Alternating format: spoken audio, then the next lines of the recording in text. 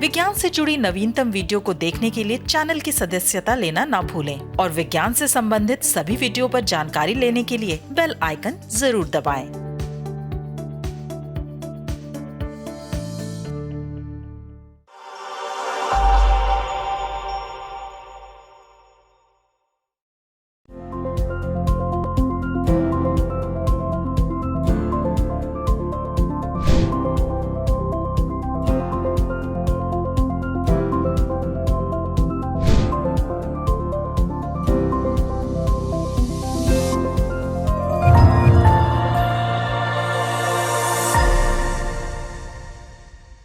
नमस्कार, वैज्ञानिक चेतना से लैस अनुसंधानिका में आप सबका स्वागत है। मैं हूं मानवर्धन कंठ और अनुसंधानिका के आज के अंक में देखिए, वैज्ञानिकों ने कृषि एवं औद्योगिक कचरे से विकसित की लकड़ी जिसमें न आग लगेगी और न दीमक। शोधकर्ताओं ने फलों से खोजा एंटी एजिंग एजेंट और महिला वैज्ञानिकों के लिए डीएसटी ने शुरू की 2 फेलोशिप योजनाएं। कृषि अपशिष्ट पराली हो या फिर कोयला, बिजली घरों से निकलने वाली राख हो या फिर मार्बल का कचरा, ये सभी पर्यावरण के लिए खतरा बने हुए हैं। इस तरह के कचरे को फेंकने की जगह भी नहीं होती है, लेकिन वैज्ञानिकों ने इस कचरे से प्लाई और लकड़ी का निर्माण कर समस्या का अनूठा समाधान तलाश लिया है। आइए देखते हैं report.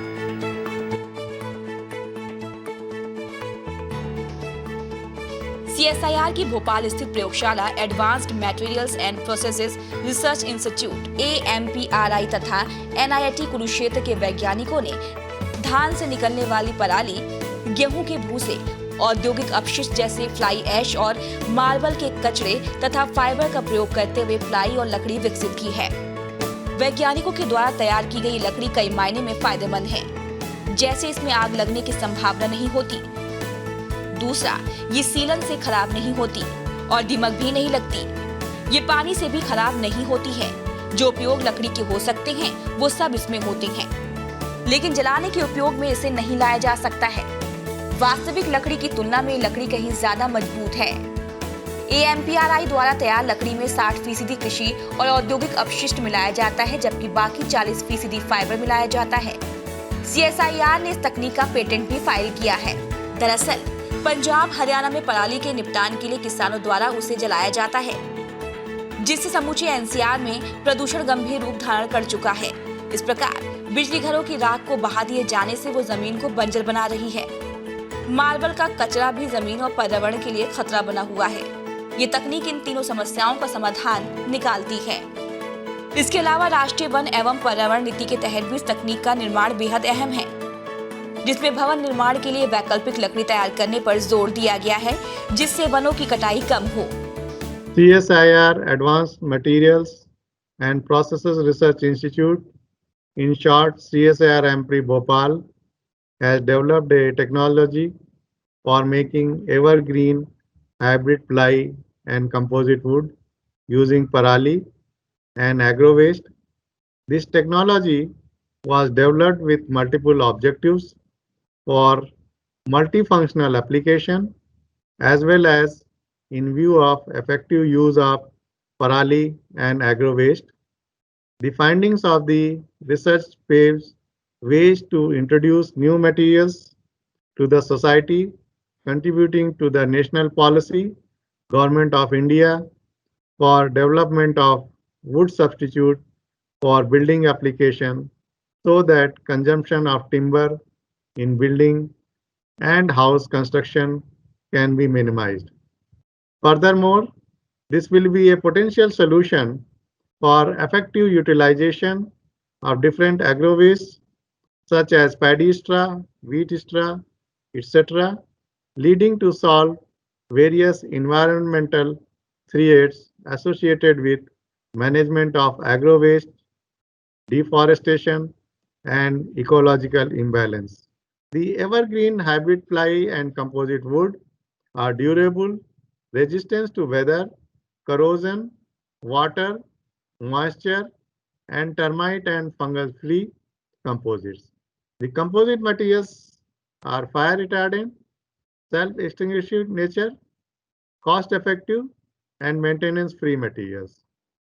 Evergreen hybrid ply and composite wood has potential to use as an alternate material for wood timber, plastic, synthetic wood such as MDF board, particle board, and plywood, and all other conventional materials used in furniture industry.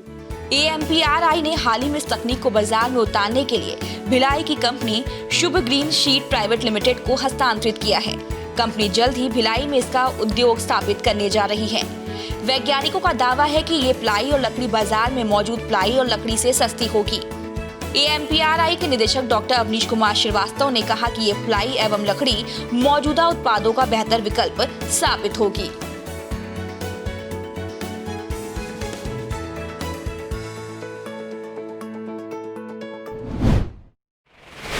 शोधकर्ताओं ने एक किफायती membrane प्रौद्योगिकी विकसित की है जिसमें खट्टे रसदार फलों और उनके छिलकों का इस्तेमाल किया गया है।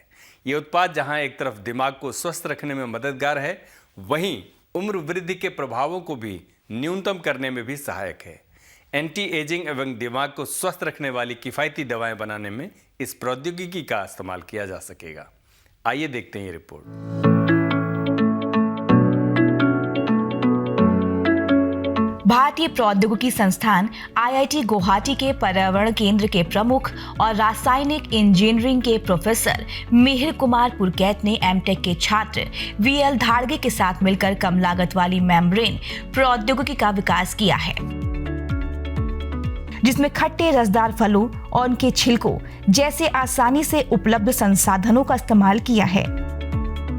खास बात यह है कि इसमें किसी रासायनिक पदार्थ का इस्तेमाल नहीं किया गया है। पुरकैत के अनुसार मस्तिष्क को सकारात्मक रूप से प्रभावित करने वाली दवाएं और उम्र वृद्धि के प्रतिकूल यानी एंटी एजिंग यौगिक एंजाइमों के कार्यकलाप का शुद्धिकरण करते हैं। चिकित्सकीय प्रयोगों की वजह से उम्र वृद्धि के प्रतिकूल यौगिकों को दवा उद्योग में काफी लोकप्रियता मिली है।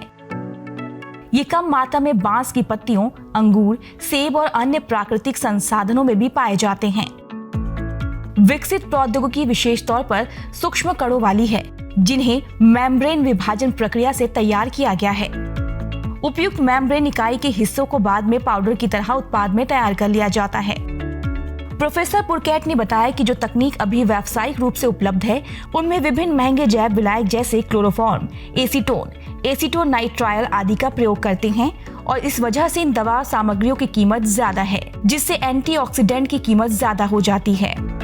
उन्होंने कहा कि जो तकनीक विकसित की गई है उसमें महंगे जैव विलायकों की जरूरत नहीं है और इसमें केवल पानी का उपयोग किया गया है। इसलिए इस यौगिक से दवा निर्माण की प्रक्रिया की लागत एवं दवाओं की कीमत वर्तमान तकनीक की तुलना में काफी कम होगी।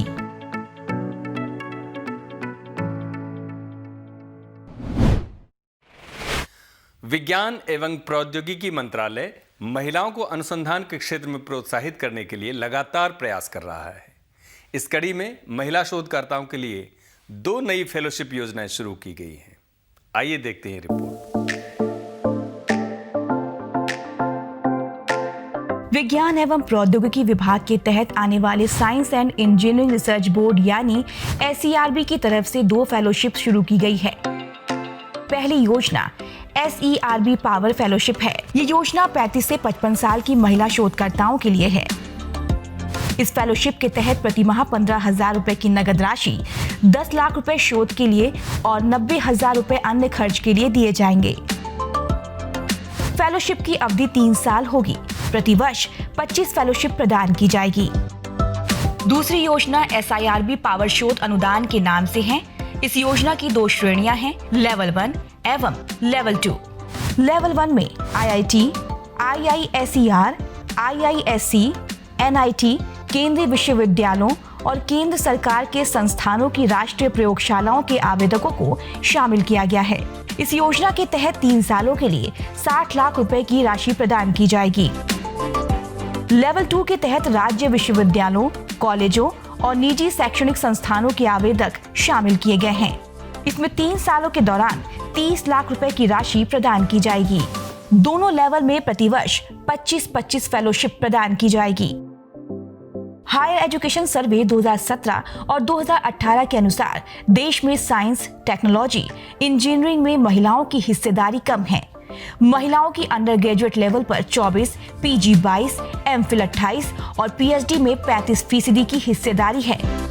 इसे बढ़ाने की कोशिश हो रही है। अनुसंधानिका के आज के कार्यक्रम में बस इतना ही। आप सबसे अनुमति लेने से पहले एक विनम्र अनुरोध। विज्ञान, प्रौद्योगिकी, आविष्कार और नवाचार जगत के विश्वसनीय कार्यक्रमों को देखने के लिए अपने मोबाइल पर इंडिया साइंस ऐप अवश्य डाउनलोड करें। एक बात और, देश का अपना विज्ञान चैनल इंडिया साइंस अब फेसबुक, ट्विटर, यूट्यूब, लिंक्डइन और इंस्टाग्राम पर भी उपलब्ध है। हमारे कार्यक्रमों के बारे में आप अपने फीडबैक एवं सुझाव हमें ईमेल कर सकते हैं। हमारा ईमेल पता है feedback@indiascience.in। अगले सप्ताह हम फिर हाजिर होंगे अनुसंधानिका के रोचक अंक के साथ। तब तक आप अपना बेहद ख्याल रखिए और हमें दीजिए अनुमति। नमस्कार।